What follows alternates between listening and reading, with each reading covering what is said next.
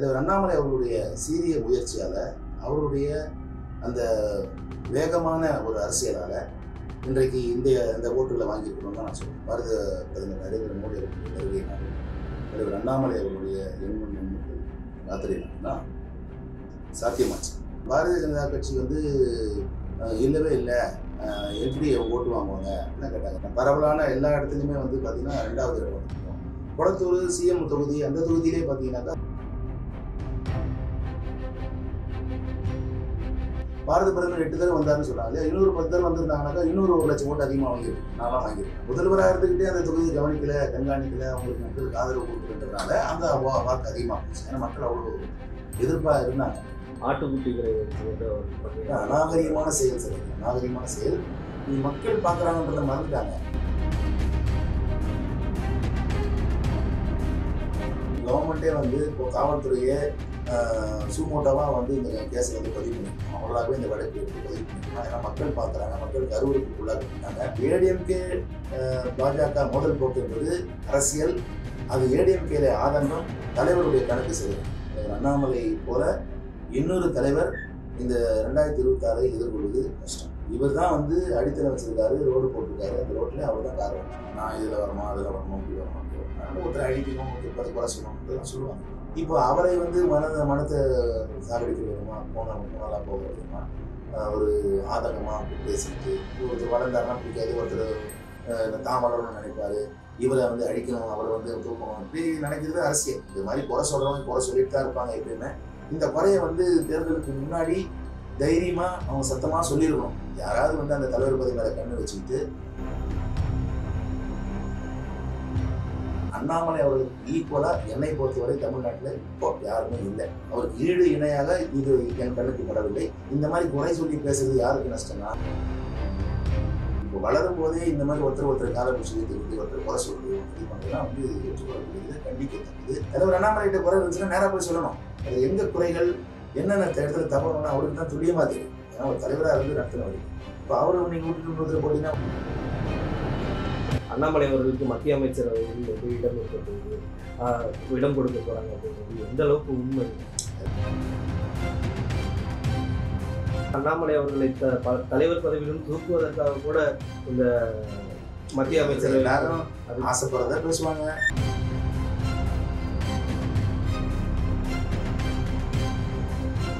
என்னை பொறுத்தவரைக்கும் அவரே கண்டினியூ பண்ணுறது தான் நல்லது. இன்னும் வளர்ச்சி வேகமாக இருக்கிறது என்னுடைய எண்ணம். இந்த கடந்த கால அவருடைய அரசியல் பயணத்தில் எது நிறைவானது, எது குறைவானது உணர்ந்திருக்கிறாரு. ஏடிஎம்கே கூட்டணி வந்தாலும் சரி, வரலாறும் சரி, இவர் பயணம் கட்சியை வளர்ப்பதற்கான பயணத்தை கண்டிப்பாக தொடரலாம் போது அதை இல்லை. அப்படி வந்தாலும் கூட்டணியில் நம்ம வேண்டாம்னு சொல்ல போகிறதில்ல. ஏன்னா அரசியல் யாரும் நிரந்தர எதிரியும் இல்லை, நிரந்தர பகைவனும் இல்லைன்னு சொல்லுவாங்க இல்லையா? பேசுறது வேற, நீ பேசுறது வேற ஆகிடும். சந்தர்ப்ப சூழ்நிலைக்கேற்ப எல்லாம் நல்ல விதமாக மாறும். என்னுடைய கருத்து என்பது தலைவர் அண்ணாமலை அவர்கள் நான் அவர் ஜாமராடின்னு நினைக்கிறேன்.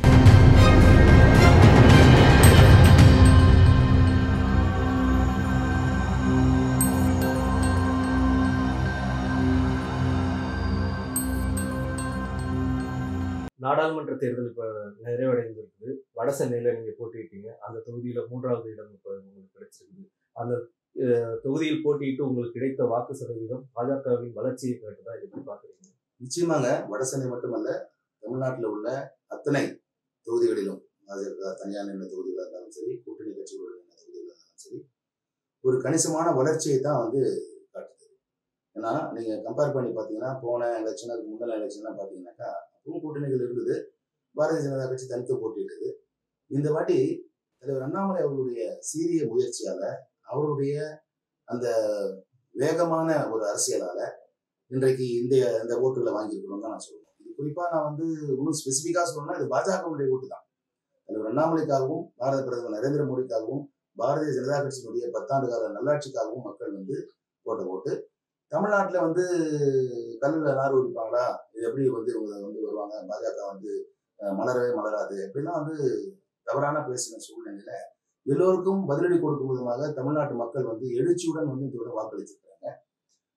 வாக்களித்தது அதிக சதவீத வாக்குகள் பதிவாகவில்லை என்று சொன்னாலும் கூட, பதிவான வாக்குகள்ல அதிகமான பாரதிய ஜனதா கட்சியினுடைய வேட்பாளர்களுக்கு வாக்குகள் பரவலாகவே வந்திருக்கு. குறிப்பா வட சென்னையில பாத்தீங்கன்னாக்கா பாரதிய ஜனதா கட்சி வந்து இல்லவே இல்லை, எப்படி ஓட்டு வாங்குவாங்க அப்படிலாம் கேட்டாங்க. நிறைய பூத்துல பாத்தீங்கன்னாக்கா நாங்க சில இடத்துல ஃபர்ஸ்ட் இடம் வந்திருக்கோம். பரவலான எல்லா இடத்துலையுமே வந்து பாத்தீங்கன்னா 2வது இடம் வந்திருக்கோம். குளத்தூர் சிஎம் தொகுதி, அந்த தொகுதியிலே பாத்தீங்கன்னாக்கா 25,000 ஓட்டு பாரதிய ஜனதா கட்சி போட்டு.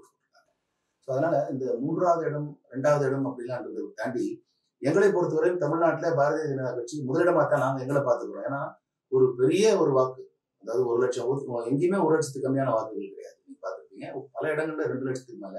அதாவது அண்ணாமலை சொல்லவே தேவையில்லை, 4 லட்சம் வாக்குகள். இப்படி வந்து பாத்தீங்கன்னா வாக்கு சதவீதம் வந்து மக்கள் வந்து விரும்பி ஏற்றுக்கொண்டு போட்டதாக தான் தெரியுது. இது வந்து ஒரு 2026 சட்டமன்ற தேர்தலுக்கான அடித்தளமாக தான் நாங்க பார்க்கிறோம். நான் பார்க்கிறேன். 8 முறை மோடி அவர்கள் தமிழ்நாட்டிற்கு வருகை வந்தும் இங்கு பாஜகவால வெல்ல முடியல அப்படிங்கிற ஒரு விமர்சனத்தை ஆளும் திமுகவும் சொல்லுது.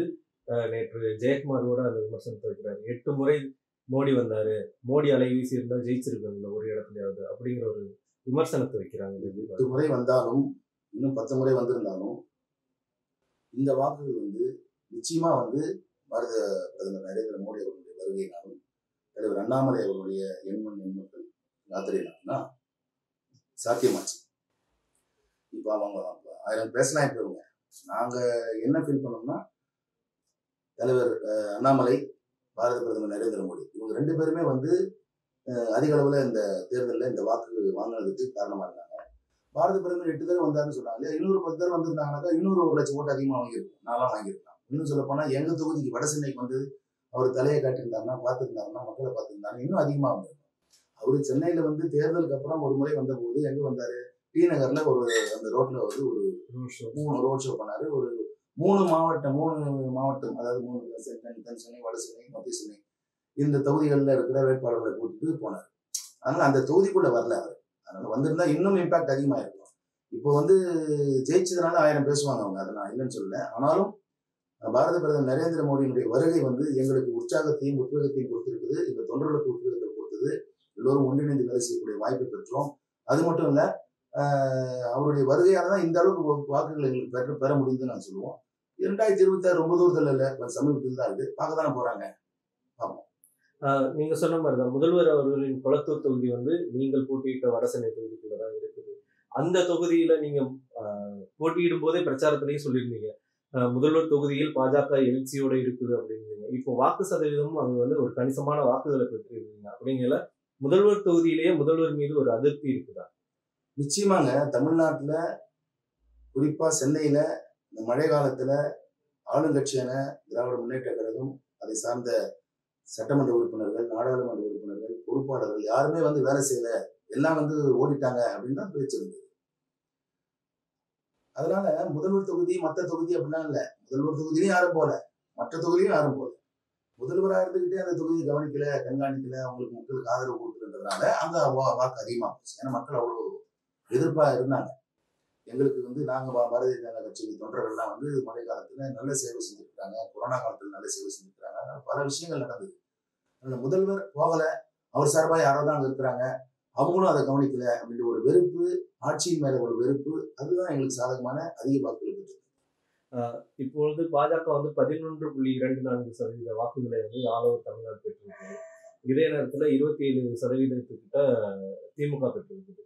ஆனாலும் பாஜகவை தான் குறிவைத்து இங்கு வந்து விமர்சனங்கள் வைக்கப்படுது. திமுகவின் சரிவை வந்து இங்கு யாருமே இது பண்ணாம இருக்கிறாங்க. அதுதான் அந்த ஆரம்பத்திலிருந்து இப்ப வரைக்கும் தமிழக மக்களை ஏமாத்தி, அவங்க பொய்யான விஷயங்களை சொல்லி, அவங்களை திசை திருப்பி, உதாரணத்துக்கு இந்த மைனாரிட்டிஸ் இருக்காங்க இல்லையா, சிறுபான்மையினர், அவர்கள்கிட்ட வந்து பாரதிய ஜனதா கட்சி ஆட்சிக்கு வந்தா இது நடக்கும் அது நடக்கும் பொய் சொல்லி, இப்படி பொய் சொல்லி மறைச்சு பண்றதுதான் அவங்க வேலை. இப்போ வந்து நீங்க சொன்னதுதான் உண்மை. வாக்கு சதவீதம் அவங்களுக்கு குறைஞ்சிருக்குது. ஆனா அதை பேசாம அவங்க 40 தொகுதியில ஜெயிச்சிட்டாங்கன்றதை மட்டும் பேசுறாங்க. ஆனா ஜெயிச்சதுனால வந்து மக்கள் என்ன நினைக்கிறாங்க, ஆமா 40 தொகுதியில் ஜெயிச்சிட்டாங்க. இப்போ உங்களை மாதிரி என்ன மாதிரி இருக்கிறவங்கன்னா அந்த சதவீதத்தை பார்ப்பாங்க. பொதுவாக இருக்கிறவங்க என்ன நினைப்பாங்க, ஓ திமுக ஆட்சி ஜெயிச்சிருச்சு, அப்ப திமுக மேல நிறைய நம்பிக்கை இருக்கு, மக்களுக்கு நம்பிக்கை இருக்கு, திமுக ஆட்சி மேல, அந்த அமைச்சர்கள் மேல நம்பிக்கை இருக்கு அப்படிலாம் வந்து ஒரு தவறான பிரச்சாரத்தை பண்ணும். உள்ள பாத்தீங்கன்னா அவ்வளவு வெறுப்பு இருக்குன்றதுதான் எதார்த்தம். ஆனாலும் ஒரு குறை என்னன்னாக்கா, இந்த மக்கள் முழுமையாக வந்து வாக்கு செலுத்துறது. இந்த குறை பேசுறவங்களாம் வீட்டுக்குள்ளேயே உட்காந்துட்டாக்கா எப்படி அவங்க நிரூபிப்பாங்க? பாரதிய ஜனதா கட்சி தான் வந்துடும், தலைவர் அண்ணாமலை வந்துட்டாரு, நல்ல எழுச்சியா இருக்கு அப்படின்னு சொல்லிட்டு யாராவது ஓட்டு போடுவாங்க, இவங்க வீட்டில் உட்காந்துட்டாங்கன்னா யார் ஓட்டு போடுறது? இப்போ பார்த்தீங்கன்னா வடசென்னை பார்த்தீங்கன்னாக்கா 60%. முதல்ல அறுவன்ஸ் பண்ணது வந்து 70%. 10% எங்கே போச்சுன்னு தெரியல. எங்கள் வாக்கு வங்கி வாக்குகளை வந்து ஆளுங்கட்சின்றதுனால இந்த கார்பரேஷன் மாநகராட்சி ஊழியர்கள் தான் வந்து இந்த கணக்கெடுப்பு எடுத்தாங்க, மக்கள் தொகை இந்த ஓட்டு லிஸ்ட் ரெடி பண்ணாங்க. ஜனவரியில இருந்த ஓட்டு மார்ச்ல தயார் பண்ணதுல இல்லை. அப்போ ஆளுங்கட்சி அந்த பலத்தை நேர்மையா செஞ்சிருந்தாங்கன்னா நிறைய வந்திருக்கும். அதெல்லாம் மறைச்சு வேணும்னே குறைச்சி வாக்கு வாங்கினாலும் நாங்கள் ஜெயிச்சிட்டோம், நாங்கள் நல்ல மக்கள் நாங்கள் நம்புறாங்க அப்படி இப்படின்னு சொல்றாங்க. இது 2 காரணம் தான் நான் திரும்பவும் சொல்லுவேன். மக்கள் வந்து குறை சொல்லிட்டு வீட்டுக்குள்ளேயே வந்துட்டு ஓட்டு போடாததுதான் காரணம். வந்து ஓட்டு போடுறாங்கன்னா அப்போ அவங்களுக்கு தெரிஞ்சிருக்கும் இன்னும் பாரதிய ஜனதா கட்சியோட வாக்கு எப்படி உயர்வு இருக்குங்க. இவங்க வந்துருவாங்கன்னு பேசிட்டு அவங்க வீட்டில் உட்காந்துட்டாங்க. இதுதான் யதார்த்தமான உண்மை. பிளஸ் அந்த ஓட்டுல இருந்த வாக்காளர் பட்டியலில் இருந்த பாரதிய ஜனதா கட்சியை சார்ந்த நபர்கள் என்று கண்டறிந்து கரெக்டாக அவங்கள மட்டும் எடுத்துட்டாங்க. அது வந்துதான் இன்னும் நிறைய வந்திருக்கும். எங்களுக்கு ஒரு சதவீதம் உயர்ந்திருக்கும், அவங்களுக்கு சதவீதம் ஒன்றும் குறைஞ்சிருக்கும். ஸோ அதனால எப்பவுமே பொய் சொல்லி தவறா மக்களை திசை திருப்பி இந்த மாதிரி வாக்கு வாங்குறது, வாங்கின வாக்கை வந்து பெருமையா பேசிக்கிறது, இப்படி பண்றது இயற்கையான விஷயம் தான். அது அவங்க பண்ணிட்டே இருக்காங்க. மக்கள் ஒரு நாள் புரிஞ்சுக்குவாங்க. வாக்கு என்னும் அந்த வாக்குச்சாவடியில கடைசியா வந்துட்டு நிறைய இடத்துல வந்து குளறுபடிகள் நடந்ததா இப்பொழுது எதிர்கட்சிகள் வந்து இது பண்ணிட்டு இருக்காங்க. பிரேமலதா அவர்கள் கூட சொல்லியிருந்தாங்க, என்னுடைய மகனோட வாக்கு எண்ணிக்கை என்பது கூட குளறுபடிகள் நடந்து கடைசியா வந்து காங்கிரஸ் வேட்பாளரை ஜெயிக்க வச்சுட்டாங்க அப்படிங்கிற மாதிரி. உங்களுக்கு ஏதாவது அந்த மாதிரியான நிகழ்வு? என்னை பொறுத்த வரைக்கும் இங்க சென்னையை பொறுத்த வரைக்கும் எனக்கு அந்த மாதிரி நான் சொல்ல விரும்பல. குளறுபடிகள் வாக்கு எண்ணிக்கையில எல்லாம் நடந்தது நான் சொல்ல மாட்டேன். ஏன்னா எங்க ஆளுங்க இருந்தாங்க, முழுமையா இருந்தாங்க, சரியா தான் எண்ணினாங்க. வாக்கு பதிவின் போது கூட பெரிய பிரச்சனைகள் எதுவும் வடசென்னையில இல்லை. அது யதார்த்தமான ஒண்ணு நம்ம ஒத்துக்கணும். ஆனா பிரேமலதா அவங்க மகன், அவரு விஜயகாந்த் அவருடைய மகன் வந்து நின்ன தொகுதியில வாக்கு நல்ல லீடிங்ல இருந்தாரு, குறைஞ்சாரு, லீடிங்ல போனாரு, இப்படி மாறி மாறி வந்த சூழ்நிலை. ஆளுங்கட்சியா இருக்கிறவங்க, ஆளுங்கட்சி சார்பாக நிற்கிற அந்த தேர்தல் அதிகாரிகள் அதை செய்யறதுக்கான வாய்ப்பு இருக்கு. ஏன்னா அவங்க அதை குற்றம் சொல்றாங்கன்னாக்கா அதை கண்ணால பார்த்துருப்பாங்கன்னு தான் அர்த்தம். அவங்க வந்து சரி ஒரு குற்றம் சொல்றாங்க, அந்த இடத்துல அது நடந்திருக்குன்னு அர்த்தம். இது மாதிரி மற்ற தொகுதியில் நடந்திருக்கலாம், எனக்கு தெரியல. வடசென்னையை பொறுத்தவரையும் வாக்கு எண்ணிக்கையில அந்த மாதிரி ஒரு குளறுபடியோ எதுவும் நடக்கல, சுமூகமா தான் நடந்துச்சு. திமுகவின் கொண்டாட்டத்தை நீங்க எப்படி பாக்குறீங்க? திமுக வந்து வெற்றி பெற்ற பிறகு திமுக தொண்டர்கள் வந்து ஆட்டுக்குட்டிகளை வைத்துக் கொண்டு அவர்கள் பண்ணி அநாகரிகமான செயல் சார், அநாகரிகமான செயல். இது மக்கள் பாக்குறாங்கன்றத மறந்துட்டாங்க. இந்த ஒரு 4 பேர் சேர்ந்து ஆட்டை வெட்டினது அவங்களே வெட்டிட்ட மாதிரி நீங்க அதை பார்க்க தான் போறீங்க. 2026 இது ஒரு பெரிய இம்பாக்ட கொடுக்கும். ஒரு தமிழ்நாட்டு மக்களுக்கு பொறுத்த வரைக்கும் நான் சொல்லுவேன், அவங்க வந்து ஒருத்தர் நோக்கடிச்சாங்கனாக்கா அவங்களுக்கு அவங்க சப்போர்ட் பண்ணுவாங்க. அந்த நோக்கடிக்கப்பட்டவர் வந்து நிச்சயமா ஜெயிக்க வைப்பாங்க. அதுதான் வந்து வரலாறு. நிச்சயமா நீங்க வேணா பாருங்க, இந்த ஆடு சம்பவம் வந்து கழுத்து அறுத்தது, ரத்தம் பீறிட்டது, இதெல்லாம் வந்து மக்கள் பார்த்து இந்த வெறுப்பை எப்ப காட்டுவாங்கன்னா இந்த வரப்போற தேர்தலை காட்டுவாங்க. அது வந்து அநாகரிகமான செயல்ன்றது அவங்க உணரணும். அது இது தலைவர்கள்லாம் கண்டிக்கணும், அவங்க தலைவர்களே அதை கண்டிக்கணும். அதை வந்து கண்டிக்காம விட்டு அதை என்கரேஜ் பண்றது வந்து ஒரு பார்பரிக் ஆக்ட் தான், ஒரு காட்டு மிராண்டித்தனமான ஒரு செயல். இதனால வந்து தலைவர் அண்ணாமலையுடைய புகழ் எங்கேயும் குறைய போறதில்லை, அவருடைய செயல் வந்து வீட போறதில்லை. அவர் பாட்டுக்கு அவர் வேலையை பார்க்க தான் போறாரு. எவ்வளோ ஒரு மழையாங்க வந்து முட்டா பசங்க அது மாதிரி பண்ணிட்டாங்கன்னு சொல்லிட்டு அவர் இக்னோர் பண்ணிட்டு தான் போயிட்டாரு. அதுக்கு புகார் கூட கொடுக்க வேண்டாம், இதெல்லாம் வேண்டாம், மக்கள் பார்த்துக்குவாங்க அப்படின்ற வார்த்தையை சொல்லிட்டு போயிட்டாரு. அவர் எவ்வளவு ஜென்டலா இருந்தாரு, இவங்க எவ்வளவு அநாகரிகமா கீழ்த்தரமா நடந்துக்கிட்டாங்க. இதுக்கு விலை வந்து மக்கள் கண்டிப்பா கொடுப்பாங்கன்றத என்னுடைய நம்பிக்கை. இது குறித்து வந்து நீங்க ஒரு வழக்கறிஞர் அப்படிங்கிற இது குறித்து எதுவும் அடுத்த கட்டமா சட்ட ரீதியா முன்னெடுக்க வாய்ப்பு இருக்குதா? இல்ல இது ஆக்சுவலா கவர்மெண்டே வந்து இப்போ காவல்துறையே சூமோட்டாவா வந்து இந்த கேஸை வந்து பதிவு பண்ணிருக்கணும். அவங்களாவே இந்த வழக்கு எடுத்து பதிவு பண்ணிருக்கணும். ஏன்னா மக்கள் பாக்குறாங்க, மக்கள் கருவுறுப்புக்குள்ளாக்கப்பட்டாங்க. இந்த சட்டப்படி அது வந்து தவறான செயல். இது வந்து அவங்க எடுத்துருக்கணும். தலைவர் அண்ணாமலை அவர்கிட்ட நம்ம பேசும்போது, தலைவர் இந்த மாதிரி வந்து உங்களை சம்பந்தப்படுத்தி அசிங்கப்படுத்தி பண்ணியிருக்கிறாங்க அப்படின்னு சொல்லும்போது அவர் என்ன சொன்னார்னாக்கா, இது வேண்டாம், நீங்க விடுங்க, மக்கள் கையில கொடுத்துருவோம், மக்கள் அவங்க பார்த்துட்டு இருக்காங்க இல்லையா, அவங்க அதுக்கு ஒரு முடிவு சொல்லட்டும். இதை நாம போய் வந்து புகார் கொடுத்து அதனால வந்து அவங்க தண்டிக்கப்பட்டு அது அப்படின்ற மாதிரிலாம் போகணும்னு அவசியம் இல்லை. என்னுடைய தனிப்பட்ட இதை வந்து அட்டாக் பண்ணதுனால தலைவர் என்ன சொல்லிட்டாருன்னா, பெருந்தன்மை என்ன சொல்லிட்டாருன்னா, விடுங்க மக்கள் பார்த்துக்கோங்க, அதை பத்தி நம்ம ஒன்றும் இல்லை அப்படின்னு சொல்லிட்டாரு. இருந்தாலும் கிருஷ்ணகிரி மாவட்டத்துல எங்க பாரதிய ஜனதா கட்சியை சேர்ந்த மாவட்ட தலைவர் வந்து ஒரு புகார் கொடுத்திருக்கிறாரு. என்ன நடவடிக்கை எடுக்கிறாங்கன்னு பார்ப்போம். இப்பொழுது தேர்தல் முடிந்ததுக்கு அப்புறம் அதிமுகவுக்கும் பாஜகவுக்குமான ஒரு விவாதங்கள், வார்த்தை மோதல் அதிகமா இருக்கிறத பார்க்க முடியுது. இதன் சூழ்நிலை என்ன? ஏன்னா அண்ணாமலை அவர்கள் வந்து டெபாசிட் இழந்துருச்சு அதிமுக அப்படின்னு சொல்லி ஒரு விமர்சனம் வைக்கிறாரு. அந்த சைட்ல ஜெயக்குமார் அண்ட் எஸ்பி வேலுமணி இவங்க 2 பேரும் வந்து அண்ணாமலையை டார்கெட் பண்ணி அவங்க விமர்சனம் வைக்கிறாங்க. இந்த மோதல் போக்கு அதிகரிச்சிருக்குது இப்போ ஆஃப்டர் எலெக்ஷன். ஏடிஎம்கே பொறுத்தவரை ஆதங்கத்துல அவங்க சொல்ற வார்த்தைகள் தான் தலைவர் அண்ணாமலையை பொறுத்தவரை உண்மையை சொல்றாரு. டெபாசிட் எழுந்தது தானே, அது ஒத்துக்கணும். அவங்க தனிப்பெரும் கட்சியா இருந்த அனைத்து இந்திய அண்ணா திராவிட முன்னேற்ற கழகம் மாண்புமிகு புரட்சி தலைவர் அம்மா அவர்கள் தலைமையில ஆட்சியில் இருக்கும்போது தைரியமா 40-40 அடிக்கணும்னு சொல்லி பேசுறாங்க.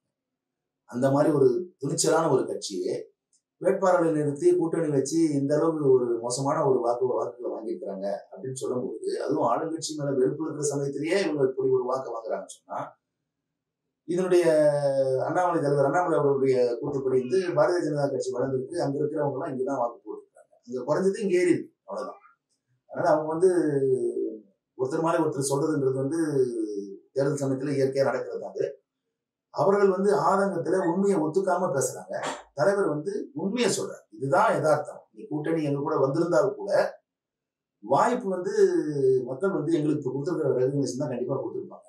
நீ அதிகமா வந்திருக்கும் போயிருக்கும், அதெல்லாம் தலைவர் கிளீனா சொன்னாரு பாருங்க. நீங்க அப்படியே வந்தா கூட எப்படி வந்திருக்கும் பாருங்க, வராது, இப்படி வாய்ப்பு இல்லை அப்படின்னு கரெக்டா கால்குலேஷன் கரெக்டா சொல்லியிருக்காரு. மொத்தத்துல சொல்லணும்னாக்கா, அவர்கள் கட்சியில வந்து இப்ப நிறைய பிளவுகள் இருக்கு. அவர் கட்சியில வந்து நிறைய ஏமாற்றங்கள் இருக்கு. அவர் கட்சியில 26 நிக்குமோ நிக்காதன்னு ஒரு பயம் இருக்கு. இந்த சூழ்நிலையில படியை தூக்கி ஒருத்தர் மேல போடுறாங்க. ஆனா யதார்த்தமான உண்மை வந்து தலைவர் அண்ணாமலையுடைய கணக்கு தான் சரி, அவர் போட்ட வந்து கால்குலேஷன் பிரகாரம் தேர்தல் நின்றுதான் சரி. இதுதான் வந்து 26 வந்து ஜெயிக்க வைக்குமே தவிர, மற்றபடி கூட்டணி பத்தி பேசி அவங்களை இங்க கூப்பிட்டு வந்து இங்கிருந்து நகப்பு அந்த இதெல்லாம் வந்து என்னை பொறுத்தவரை அது ஒத்து வராது. அது தலைவர் மேல இருக்கிறவங்க தான் முடிவு பண்ணுவாங்க. கூட்டணி அமைச்சு போட்டியிடுறதுக்கு ஒன்றும் தப்பு கிடையாது, நான் தப்புன்னு சொல்ல மாட்டேன். ஆனால் அந்த தேர்தல் சமயத்துல பாரதிய ஜனதா கட்சி வேகமா வளர்ந்து வர்ற சூழ்நிலையில தனித்து இதன் தலைமையில கூட்டணி அமைச்சு போட்டி போட்டு நம்மளுடைய ஸ்ட்ரென்த் என்னன்னு பாக்குறது, இது வந்து எதுக்குனாக்கா 2வது இதுக்கு வரும். இப்பவே நாங்க பெரும்பான்மையா நாங்க தான் ஏற்கனவே காரணம் சொன்னோம். நிறைய இடத்துல வந்திருக்கான வாய்ப்பு இருந்தது. 25 இடம் தலைவர் சொல்லியிருக்காங்கன்னா அது உண்மையான இடங்கள் தான். நிறைய இடங்கள் கண்டு பயந்தாங்கன்னு உங்களுக்கு தெரியும். சர்வே ரிப்போர்ட் என்ன சொல்லுச்சு தெரியும். ஆனால் வாக்குப்பட்டியல வாக்கே இல்லாம பண்ணது ஒரு பெரிய குற்றமா போச்சு, ஒரு பெரிய எங்களுக்கு ஏமாற்றமா போச்சு. 2வது வந்து பழியை வந்து மாத்தி மாத்தி போட்டாங்க. உதாரணத்துக்கு காங்கிரஸ்ல வந்து அவங்க கொடுத்த தேர்தல் அறிக்கையை வந்து பாரத பிரதமர் வந்து விமர்சிக்கும் பொழுது அதை திருத்தி சொல்லி அது மாதிரி சில விஷயங்கள்லாம் அந்த மாதிரி பண்ணி விட்டாங்க. அதனால இந்த ஏடிஎம்கே பாஜக மோதல் போக்கு என்பது அரசியல். அது ஏடிஎம்கே ஆதங்கம், தலைவருடைய கணக்கு சரியானது. அதிமுக நிர்வாகிகள் ஒரு எஸ்பி வேலுமணி சொல்லும்போது, இருவரும் கூட்டணியாக இருந்திருந்தால் 30-35 இடம் வரைக்கும் வென்று இருக்க வாய்ப்பு இருக்குது அப்படின்னு அவர் ஒரு பேட்டி கொடுத்திருந்தாரு. அதே மாதிரி தமிழிசை அவர்களும் சொல்லியிருந்தாங்க, அதிமுக பாஜக கூட்டணி இருந்திருந்தாலும் அது வந்து ஓரளவுக்கு வந்துட்டு கணிசமான வாக்குகளை பெற்றிருக்க வாய்ப்புகள் இருந்திருக்கலாம். அவங்களும் வந்து தேசியத்தெல்லாம் பேசக்கூடாதுங்க. எதையுமே கூட்டணி இல்லை, அதானே யதார்த்தம் உண்மை. கூட்டணி இல்லாம நீங்க என்ன வாங்குறீங்க, நாங்க என்ன வாங்குவோம், நீங்க அங்க கூட வந்தா என்ன வாங்கியிருப்போம் அப்படின்னா நீ கணக்கு போட்டீங்கன்னா கூட வாங்கி வந்திருந்தால் கூட மக்கள் அதை ஏற்றிருப்பாங்களான்னு சந்தேகம் தான். அதனால தலைவர் வந்து வந்திருந்தா நாங்க 30 சீட்ஸ் இருப்போம் 40 சீட்ஸ் இருப்போம்லாம் சொல்றாங்க இல்லையா, அதெல்லாம் வந்து யதார்த்தமான உண்மை கிடையாது. அது அப்படி கிடையவே கிடையாது. ஆனால் நம்ம பாரதிய ஜனதா கட்சியில் இருக்கவங்களுடைய அவங்களுடைய ஒப்பீனியன், அவங்களுடைய கருத்தை சொல்றாங்க. அது ஒன்றும் தவறு இல்லை. ஆனா தலைவர் அண்ணாமலையை பொறுத்த வரைக்கும் சரியான ஒரு கணக்கு தான் போட்டிருக்காரு. சரி, அவருடைய நடைபயணத்துக்கான ஒரு பலனை அவர் எதிர்பார்த்தாரு. அந்த பலன் வந்து நிச்சயமா கிடைச்சிருக்கு, கிடைக்கலன்னு சொல்லவே முடியாது. அதுக்கு தான் நான் சொன்னேன், அந்த வாக்கு சதவீதம் பார்க்காதீங்க, வாக்கு எண்ணிக்கை பாருங்க. எவ்வளவு மக்கள் வந்து ஆர்வமா போட்டிருக்காங்க, காசையே கொடுக்காம எப்படி போட்டிருக்காங்க. காசு செலவு பண்ணியிருந்தோம்னா நாங்க ஜெயிக்கிறதுக்கான வாய்ப்பு வருமா வராதா யோசிச்சு பாருங்க. தலைவர் அது வேண்டாம், நேர்மையாக நிற்போம். ஜனங்கள் என்ன நம்மளை பத்தி நினைக்கிறாங்க, நம்ம ஆட்சியின் மீது என்ன அவங்களுக்கு என்ன இருக்கு, தமிழ்நாட்டில் பாரதிய ஜனதா கட்சி வரணுமா வேணாமான்னு எப்படி அவங்க முடிவு பண்ண போறாங்க. இப்போ இத்தனை மக்கள் புதுசா வந்தவங்க இத்தனை பேர் வந்து சேர்ந்தாங்க, இவ்வளவு பேர் வந்து இந்த கட்சியை வந்து ஏற்றுக்கிட்டாங்க. இப்போ கிராமத்துல எல்லாம் தாமரை இருக்கா இல்லையா, எங்கேயுமே இல்லாத இடத்துல எல்லாம் தாமரை வந்து இன்னைக்கு ஓட்டு வாங்கியிருக்கு. அது காரணம் என்ன, தனிப்பட்ட முறையில தலைவர் கணக்குப்படி அதுக்கு அழகா ஒரு கூட்டணி அமைச்சு ரொம்ப சிறப்பான ஒரு தேர்தல் தான் நடத்திருக்கிறாரு. பழி சொல்லணும்னா என்ன வேணாலும் சொல்லலாம், யார் வேணாலும் சொல்லலாம். நடக்காத விஷயத்தை போய் நடந்தது சொல்லலாம், நடந்த விஷயத்தை நடக்காதுன்னு சொல்லலாம். இது தேர்தலுக்கு பின்னர் வந்து ஒவ்வொருடைய கருத்துக்கள் மாறும். என்னுடைய கருத்து என்பது தலைவர் அண்ணாமலை அவர்கள், நான் அவருக்கு ஜாலராடிங்கன்னு நினைக்கிறீங்க, அவருடைய கணக்கு தான். இப்ப நான் அந்த பொசிஷன் இருந்தா கூட நிச்சயமா அதுதான் செஞ்சிருக்கேன்.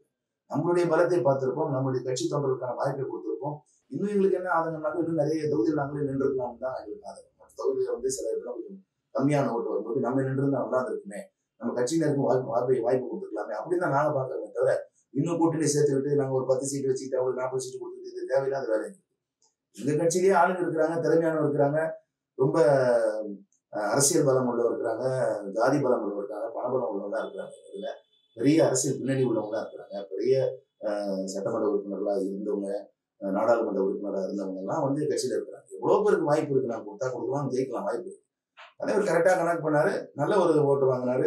இதுதான் ஒரு அடித்தளமா வச்சுக்கிறேன்னு சொல்லியிருக்கிறாரு. இந்த அடித்தளத்தினாலதான் 26 நோக்கி போக போறோம்.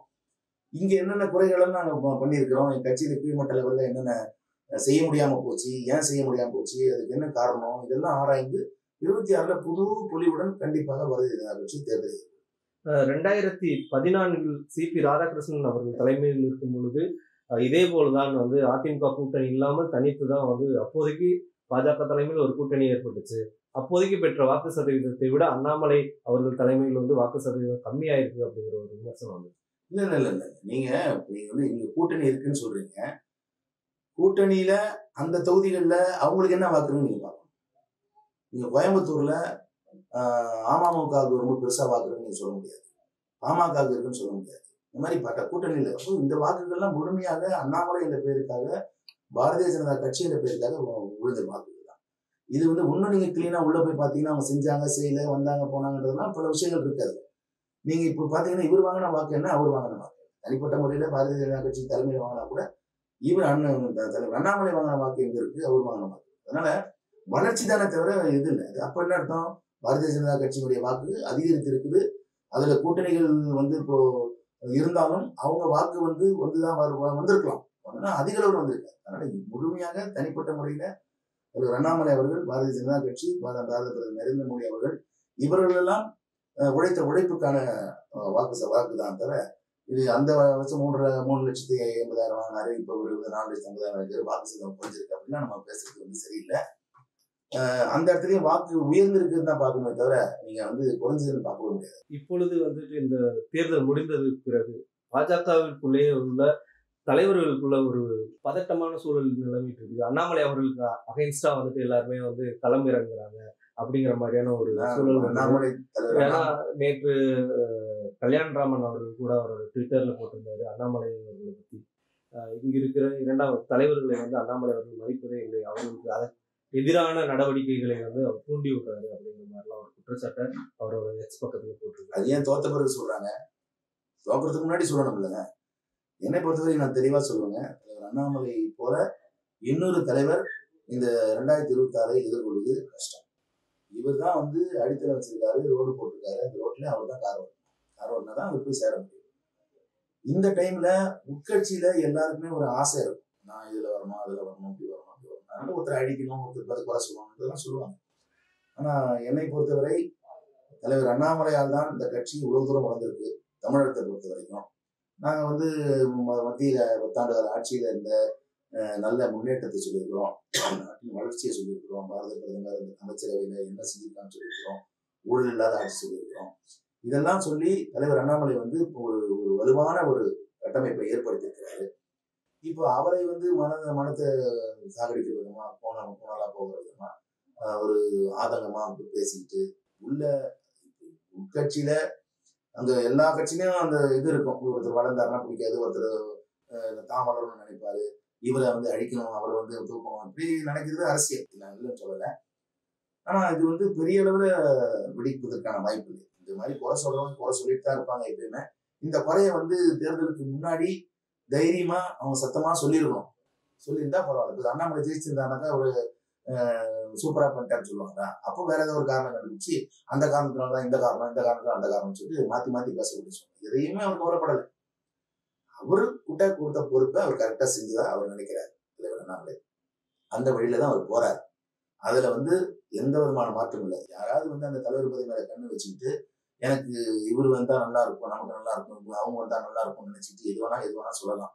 எது சொன்னாலும் பாரதிய ஜனதா கட்சியினுடைய தமிழ்நாட்டினுடைய வளர்ச்சிக்கு தடையான ஒண்ணுதானே தவிர ஒண்ணுமே கிடையாது. அண்ணாமலை அவர்களுக்கு ஈக்குவலா என்னை பொறுத்தவரை தமிழ்நாட்டுல இப்போ யாருமே இல்லை. அவருடைய திறமையான ஒரு அட்மினிஸ்ட்ரேஷன் இந்த கட்சியை வளர்ப்பதற்கான பாதையை வந்து உருவாக்குனதுல அவருக்கு ஈடு இணையாக இது என் கண்ணுக்கு படவில்லை. வரலாம், உருவாக்கப்படலாம். அதை நான் என்னன்னு சொல்லலை. யாராவது வந்துட்டு அந்த பதவிக்கு வந்துட்டு கூட அவங்க வந்து அது மாதிரி அவங்கள வந்து உயர்த்திக்கலாம், அந்த மாதிரி நல்லா நடத்தலாம், இல்லைன்னு சொல்லல. இந்த மாதிரி குறை சொல்லி பேசுறது யாருக்கு நஷ்டம்னா கட்சியில இருக்கிறது கட்சி வளர்ச்சிக்கு தான் நஷ்டம். ஒரு வளர்ந்த கட்சி, ஆளுங்கட்சி அந்த பதவி வந்தா நமக்கு நல்லா இருக்கும், போன வரோம்னு சொன்னாக்கா அதுல ஏதோ ஒரு நியாயம் இருக்கு. இப்போ வளரும் போதே இந்த மாதிரி ஒருத்தர் காலை பிடிச்சி இழுத்துக்கிட்டு ஒருத்தர் குறை சொல்றது ஒருத்தர் இது பண்றதுலாம் வந்து ஏற்றுக்கொள்ளக்கூடியது, கண்டிக்கத்தக்கது. தலைவர் அண்ணாமலைகிட்ட குறை இருந்துச்சுன்னா நேரா போய் சொல்லணும். ஏங்க நீங்க இந்த மாதிரி பண்றது தப்புங்க, இப்படி போங்க அப்படி வாங்கன்னு சொல்லணும். அதை அவர் வந்து கேட்டுக்குவார். கரெக்டா இருந்தா கேட்டுக்குவார், கேட்கலன்னா அவர் கரெக்டா பண்றாரு. அதனால அதுக்குன்னு போய் வெளியில போய் வந்து குறை சொல்றது, வேற ஏதாவது ஒரு உள்ள ஒண்ணு வச்சுக்கிட்டு எல்லாருமே மெயினா அவங்க எல்லாருமே சொல்றது எல்லாருக்கும் அந்த அண்ணாமலை வார் ரூம் தான் எல்லாருமே டார்கெட் பண்றாங்க. ஏன்னா இங்க இருக்க தலைவர்களை வந்து தன் கட்சி தலைவர்களே விமர்சிக்கிறாங்க, அவர்கள் பேசுவதையே மேனிபுலேட் பண்றாங்க அப்படிங்கிற குற்றச்சாட்டு தான் வைக்கிறாங்க. அண்ணாமலையின் வார் ரூம் மேலதான் எல்லாரோட கோபமும் இருக்குது. தமிழிசை அவர்கள் கூட சொல்லியிருந்தாங்க அவங்களோட இதுல பாஜக ஐடி விங்க சேர்ந்தவர்கள் கூட தாங்கள் போடுகிற கருத்துக்களை ரொம்ப தெளிவா பார்த்து கவனமா போடுங்க, நீங்களே வந்து ரொம்ப தவறு செய்றீங்க, ஒரு முன்னாள் பாஜக தலைவராக நான் இதை வந்து வன்மையா கண்டிக்கிறேன் அப்படின்னு சொல்லி அவ்வளவு காட்டமா அதை சொல்றேன். ரெண்டு விஷயம் தான். ஒண்ணு, அண்ணாமலை அவர்களுடைய வார் ரூம்ல இருக்கிறவங்க மற்ற கட்சிகளை விமர்சிக்கிறது, அவர்களை கேவலமா சித்தரிக்கிறது தப்புன்னு நம்ம தமிழிசை அவங்க சொல்லியிருக்கிறாங்க. அது வந்து சரி. ஆனா அந்த வார் ரூம்ல இருக்கிறவங்க தமிழ்நாட்டில் இருக்கிற பிஜேபி தலைவர்களையே தவறா சித்தரிச்சாங்கன்னு அவங்க சொல்லல. எதிர்கட்சி இருக்காருன்னா நீங்க அவங்க பண்ற மாதிரி நீங்களே பண்ணாதீங்க, அது கேவலமானதுன்னு சொல்றது நியாயமான விஷயம், நான் இல்லை சொல்றேன். ஆனா அது வந்து அரசியல், அது பண்ண வேண்டிய சூழ்நிலை. நீங்க பண்ணலைன்னாக்கா மக்கள் வந்து அதை ஏத்துக்க மாட்டாங்க. சில விஷயம் ஒண்ணு வந்து ஒருத்தவங்க டீஸ் பண்றான்னா அவனை நம்ம டீஸ் பண்ற மாதிரி ஒரு மீன்ஸ் போறது இருக்கு. ரெண்டாவது விஷயம் என்னன்னு சொன்னீங்கன்னா, அண்ணாமலையில வரவங்க இருக்கிறவங்க பாரதிய ஜனதா கட்சியில இருக்கிற தென்சென்னை வேட்பாளர் பத்தியோ மத்திய சென்னை வேட்பாளர் பத்தியோ வடசென்னை வேட்பாளர் பத்தியோ தவறுதலாக மீம்ஸ் போட்டு அசிங்கமா கேவலப்படுத்திருந்தாங்கன்னா அது தவறு. அந்த மாதிரி ஒரு சம்பவம் நடக்கல. எதிர்பார்ட்டிகளுக்கு பதில் கொடுக்குறாங்க. இப்ப இதே நீங்க அப்படி திருப்பி கேளுங்க, அவங்க எவ்வளவு கேவலமாக பாரத பிரதமரை போடுறாங்க, இவங்க ஸ்மிருதி இராணியை போடுறாங்க, நிர்மலா சீதாராமன் அவங்களை போடுறாங்க. இப்படி பல தலைவர்களை வந்து ரொம்ப கேவலப்படுத்தி அசிங்கப்படுத்தி போடுறாங்க. தலைவர் அண்ணாமலைக்கு ஆடுக்கு ஈக்குவலாக பொண்ணு பண்ணிட்டு இருக்காங்க. இவங்க கூட சொல்லிருக்காங்க, தமிழிசை கூட தன்னை மறுபடியும் பரட்டைன்னு சொல்றாங்க. அதனால அவங்களும் அதை வந்து உணரணும் இல்லைங்களா. இவங்க கோவப்பட்டது வந்து அந்த மாதிரி போடுறவங்க மீன்ஸ் போடுறவங்களதான். தமிழ்நாட்டில் இருக்கிற பாரதிய ஜனதா ஐடி விங்க கண்டித்ததுக்கு காரணம் நீங்க அவங்க பண்றாங்கன்னு சொன்னீங்க, அவங்க மேல பண்றீங்க, அந்த லெவல்ல பேசுறதான தவிர உள்ளுக்குள்ள இருக்கிற தலைவர்களை கீழ்த்தரப்படுத்தி ஐடி விங்ல இருக்கிற யாரும் பண்ண மாதிரி எனக்கு தெரியல. அந்த மாதிரி பண்ணியிருந்தாங்க அது சீரியஸான தப்பு. தலைவர் அதை வந்து என்கரேஜ் பண்ண மாட்டாரு, அது எனக்கு நல்லா தெரியும். ஏன்னா அவரை பொறுத்த வரைக்கும் எல்லோருக்கும் வாய்ப்பு கொடுக்கணும் தானே பாக்குறாரு. இப்ப நீங்க பாருங்க, தமிழ்நாட்டுல கேண்டிடேட் எல்லாரும் கொடுத்துருக்காங்க, எல்லாமே மணிமணியான கேண்டிடேட் பார்த்துருக்கீங்க. யாருமே வந்து குறை சொல்ல முடியாத ஒரு கேண்டிடேட். இவங்க ஜெயிப்பாங்க, மக்கள் மத்தியில செல்வாக்கு உள்ளவங்க, மக்கள் மத்தியில இவங்க வந்து சேவை செய்தவங்க, இவங்க எல்லாம் பொறுக்கி கொடுத்துருக்காரு. சுயநலம் தான் இருந்துச்சுங்களா? அதுல சுயநலம் இருந்துச்சுனாக்கா நீங்க என்ன பண்ணிருக்கணும், அவருக்கு அவங்களுக்கு வேண்டியவங்க அத்தனை பேரும் செய்து கொடுத்துருக்கணும். அந்த மாதிரி பண்ணல அவர். அதனால தமிழ்நாட்டுல இந்த மாதிரி பேசுறது இயற்கை தான். பேசுவாங்க, மீன்ஸ் போட்டு ஒருத்தர் திட்டிக்கிறாங்க, அது வந்து அநாகரிகமான செய்து அது கட்டுப்படுத்த முடியாது. ஒருத்தங்க கையில வந்து மொபைல் போன் இருக்கு, அவங்ககிட்ட சோசியல் மீடியாவை ஆப்ரேட் பண்ற சக்தி இருக்கு, அவன் பாட்டுக்கு தோன்றதை போடுவான். போலீஸ் அரெஸ்ட் பண்ணாலும் போடுறான், அரெஸ்ட் பண்ணாலும் போடுறான். போலீஸ் எத்தனை பேர்கிட்ட போய் அரெஸ்ட் பண்ணுவாங்க. அது வந்து ஒரு ரெகுலேட் பண்ணணும். அது மாதிரி பண்ணாதான் சரியா இருக்கும். தமிழிசை அவங்க சொன்னது சரி, அவங்க பண்றாங்கன்னு சொல்லிட்டு நாமளும் பண்றது தப்பு. நாமளும் அந்த மாதிரி போட்டோம்னா அவங்க அந்த மாதிரி போடுவாங்க. ஆனால் அந்த மாதிரி வந்து தேர்தல் சமயத்துல போடாம விட்டாலும் மக்கள் நினைப்பாங்க பிஜேபி பயப்படுது, அவங்க போட்டு தப்பாவே போட்டுட்டு இருப்பாங்க, நம்ம கவர்மெண்ட் இருந்தோம்னா அவங்க சொல்றதெல்லாம் சரி இருக்கிற மாதிரி தப்பு. நீங்க பாத்தீங்கன்னா சோசியல் மீடியால ஒரு விஷயத்த தப்பா சொல்லி அது வந்து ஒரு அதிக மக்கள்கிட்ட ரீச் பண்ணி வேற மாதிரி வந்து பண்ணிட்டு இருப்பாங்க. அந்த மாதிரி நிறைய விஷயங்கள் பண்ணிருக்காங்க. 2026 வந்து கூட்டணி ஆட்சி அமைகிறதுக்கு வாய்ப்பு இருக்குது அப்படின்னு சொல்லி அண்ணாமலை கோயம்புத்தூர்ல பேட்டி கொடுத்திருக்கிறாரு. அதை எப்படி பாக்குறீங்க? இப்பவே கூட்டணி ஆட்சி விஜய் அவர்களும் வந்து அப்போதைக்கு களத்துல வர்றாரு. அப்படிங்களா கண்டிப்பாக 2026 யாரும் அதிரி பெரும்பான்மையோடு இது ஆட்சி செய்ய முடியாது, கண்டிப்பாக கூட்டணி ஆட்சிக்கு தான் வாய்ப்பு இருக்கு அப்படின்னு சொல்லி. அதுக்கு காரணம் பாரதிய ஜனதா கட்சி அதிக அளவுல இடங்களை பிடிக்கும், சட்டமன்ற இடங்களை பிடிக்கும். அப்போ அந்த சமயத்துல பாரதிய ஜனதா கட்சியில கூட்டணி இருக்கிறவங்களுக்கு சம உரிமை கொடுத்து ஆட்சி செய்வோன்றது தான் அதுக்கு அர்த்தம். அப்போ என்னன்னாக்கா நாங்க இது செய்ய மாட்டோம், நாங்களே வச்சுக்குவோம்லாம் கிடையாது. எல்லாருக்கும் பகிர்ந்து கொடுத்து நீ நல்லா செய்ய வாங்க, செய்யுங்க, சேவை செய்யணும் ஆசைப்படுங்க செய்யுங்க, நாங்களும் செய்யறோம் வாங்க, எங்களுக்கு ஏதாவது யோசனை பத்திரிக்கை அவங்ககிட்ட கேட்டுக்கிறோம், உங்களுக்கு யோசனை பத்திரிக்கை நாங்க செய்யறோம். இது வந்து ஒரு ஜனநாயகமான ஒரு எண்ணம் தானே. அதனால தமிழ்நாட்டுல 26 கூட்டணி ஆட்சி அமைக்கப்படும், தனியா யாரும் அமைக்கப்பட முடியாது அப்படின்னு சொல்றது 100% உண்மை. ஒரு ஜெனராசிட்டி அது. அதே போல நேற்றிலிருந்து அண்ணாமலை டெல்லிக்கு போனதிலிருந்து ஒரு செய்தி பரவிட்டு அண்ணாமலை அவர்களுக்கு மத்திய அமைச்சரவையில் வந்து இடம் இருக்க போகுது, இடம் கொடுக்க போறாங்க அப்படிங்கிறது எந்த அளவுக்கு உண்மை? அது எனக்கு தெரியல. பட் இருந்தாலும் அது வந்து தகுதியான நபர் தானே, அதுல ஒன்றும் மாற்றுக்கிறது தெரியாது. அவருக்குலாம் கேபினெட் கொடுத்தோம்னா இந்தியாவுடைய பெருமை எங்கேயோ கொண்டு சேர்ந்துருக்கான வாய்ப்பு பாரத பிரதமர் நரேந்திர மோடியினுடைய மகுடத்துல இவர் ஒரு பதிய போடுவார் கண்டிப்பா. இளைஞர்களுக்கான வாய்ப்புங்க, அவர் வயசு இல்லைங்க. எங்களுக்கெல்லாம் வருத்தமே என்னன்னா, எங்களுக்கு இன்னும் இளைஞர்களா இருக்கும்போது நாங்கெல்லாம் எங்களுக்கெல்லாம் வாய்ப்பு கொடுத்தா அப்படின்னு நல்லா இருக்குமே அப்படின்னு நினைக்கிறோம் இல்லையா? அப்ப அந்த டைம்ல ஒரு தைரியமான ஒருத்தர் கொடுக்குறாங்க பாருங்க. 38 வயசுல அவருக்கு வந்து ஒரு மாநில தலைவர் பதவி, 38 வயசுல வந்து ஒரு அமைச்சரவையில் இடம் பெற போகிறவர். அப்படின்னும் போது கட்சியை முதல்ல பாராட்டணும், தலைவர்களை பாராட்டணும். அப்படி கொடுத்தா அது பெருமைக்குரிய விஷயம். எனக்கு அது உண்மையா பொய்யான்னு எனக்கு தெரியல. பட் ஆனா அவர் வந்து ஒரு தகுதியானவர், அதுல எந்த மாற்று கருத்து கிடையாது. இல்ல அதுவே வந்து இன்னொரு சைட்ல என்ன பாக்குறாங்கன்னா, அண்ணாமலை அவர்களை தலைவர் பதவியிலிருந்து தூக்குவதற்காக கூட இந்த மத்திய அமைச்சர் எல்லாரும் ஆசைப்படுறத பேசுவாங்க, எதிர்பார்க்கறது நடக்கும்னு ஆசைப்படுவாங்க, இல்லைன்னு சொல்ல. இருந்தாலும் மத்திய அமைச்சராக இருந்தாலும் அவர் தலைவராகத்தான் தொடர வேண்டும். தொடர்ந்தால்தான் தமிழ்நாடு பாஜகவுக்கு நல்லது. இல்ல பாஜகவின் கொள்கை முடிவுல இருக்குல்ல, ஒருவருக்கு ஒரு பதவி அப்படிங்கிறது. இந்த அப்படி சொல்ல முடியாது. இந்த தடவை வந்து அதை மாற்றலாம். தமிழ்நாட்டை பொறுத்த வரைக்கும் சில விஷயங்கள் தேவைகளுக்கு ஏற்ப நம்ம கட்சி கொள்கைகள் பாலிசி வேறங்க, இந்த பைலாஸ் வேற. இந்த பைலாஸ்ல ஒருத்தனுக்கு ஒரு இதுன்றது நாம உருவாக்குறது, எல்லாருக்கும் வாய்ப்பு கொடுக்கணும். இங்க வந்து தமிழ்நாட்டுல வந்து ஒருத்தர் இவர் தானே இருக்க போறாரு, மத்திய அமைச்சரை விட இன்னொருத்தரா இருக்க போறாரு. அவ்வளவுதானே. அமைச்சராக செயல்பட போறாரு, தலைவராக செயல்பட போறாரு. என்னை பொறுத்த வரைக்கும் அவர் 2 பேரும் இருக்கிறது நல்லது. அப்பதான் கட்சி ஒண்ணு நல்லா இருக்கும்போது என்னுடைய எண்ணம். ஏன்னா இப்ப அவர் தேர்தல் நடத்தி இருக்கிறார். அது எங்க குறைகள் என்னென்ன தேர்தல் தவறுனா அவருக்கு தான் துல்லியமா தெரியும். ஏன்னா ஒரு தலைவராக இருந்து நடத்தினவருக்கு. இப்ப அவரை நீங்க விட்டுட்டு இன்னொருத்தர் போட்டீங்கன்னா அவர் உட்காந்து கட்டுக்கிட்டு எல்லாத்தையும் அனலைஸ் பண்றதுக்குள்ள எலெக்ஷன் வந்துடும். மறுபடியும் உங்களுக்கு வாக்கு சேகரம் வந்து ரீச் பண்ண முடியாது. அதனால என்னை பொறுத்த வரைக்கும் அவரே கண்டினியூ பண்றது தான் நல்லது. இன்னும் வளர்ச்சி வேகமா இருக்கணும்ன்றது என்னுடைய எண்ணம். அதே சமயத்துல தலைவர் அண்ணாமலை வந்து சில விஷயங்களை உணர்ந்திருக்கிறார். இந்த கடந்த கால அவருடைய அரசியல் பயணத்துல எது வந்து நிறைவானது, எது சில இதுல குறைவானது வந்து அவர் உணர்ந்திருக்கிறாரு. கூட்டணி தர்மத்தை மதிக்கிறவராக இருக்கிறாரு. 2வது இப்போ வந்து மத்தியில வந்து சொல்றாங்க வச்சுங்க, நீங்க இந்த மாதிரி செய்யுங்க அப்படின்னு சொன்னா அவரு கேட்பதற்கு தயாரா இருக்கிறார். அதுல ஒன்றும் மாற்றுக்கிறது வந்து ஏடிஎம்கே கூட்டணி வந்தாலும் சரி வரலாலும் சரி, இவர் பயணம் வந்து கட்சியை வளர்ப்பதற்கான பயணத்தை கண்டிப்பா தொடரதான் போகுது. அதுல எதுவும் இல்லை.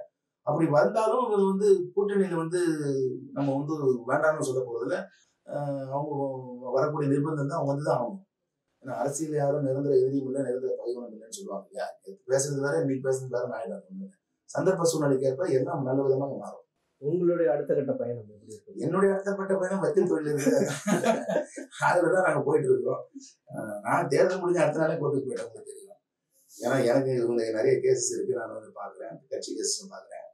அடுத்த கட்ட முடிவு தலைவர்கள் தான் முடிவு பண்ணுவாங்க. நான் என்ன முடிவு பண்றதுக்கு இருக்கு? எனக்கு நல்ல ஒரு மரியாதை கொடுத்து எனக்கு மாநில துணைத் தலைவர் பதவி கொடுத்துருக்காங்க. தலைவர் அண்ணாமலை அவர்களுக்கு மீண்டும் நன்றி சொல்லி கொடுத்துருக்கேன். அவர் வந்து தான் எனக்கு கொடுத்தாரு. இதுக்கு முன்னாடி இந்த தலைவர் முருகன் தலைமையில தான் நான் சேர்ந்தேன். அப்போ எனக்கு வந்து மாநில வழக்கறிஞர் தலைவர் நான் தான் கேட்டுவாங்க. அவர் அப்பவும் கேட்டார், நீங்க வேற ஏதாவது வேணுமா? வேண்டாம், நீங்க போதும். அதனால எனக்கு வந்து சேவை கட்சியில நிறைய பண்ணணும்னு தான் ஆசை. வழக்கறிஞர் தொழிலும் இருக்கு. நான் தான் ஏற்கனவே எல்லாத்தையும் சொல்லுவேன், நான் ஒன்றும் பெரிய கோடீஸ்வரன் பெரிய பணம் சேர்த்து வைக்கல. எனக்கு ஒரு தொழில் இருக்கு, அந்த தொழில தான் வருமானம் இருக்கு. அதனால வந்து பேலன்ஸ் பண்ணி தான் என்னால் செய்ய முடியும். அதை புரிஞ்சுட்டு தலைவர் அண்ணாமலை என்னை ரொம்ப தொந்தரவு பண்ண மாட்டாரு. கரெக்டான நேரத்துல வந்து சில மீட்டிங் கூப்பிடுவாங்க. அந்த மாதிரி நான் என்னுடைய பயணம் வந்து வழக்கறிஞர் தொழில் பயணம் தான். அரசியல் கட்சியில என்ன பொறுப்பு கொடுத்தாலும் அதை நிறைவா செய்யக்கூடிய திறமை எனக்கு இருக்கு. கடவுள் கொடுத்த திறமை இருக்கு. கட்சி வந்து ஆட்சி அமைப்பதற்காக அடுத்தது என்ன பாடுபட சொன்னாலும் நன்றி.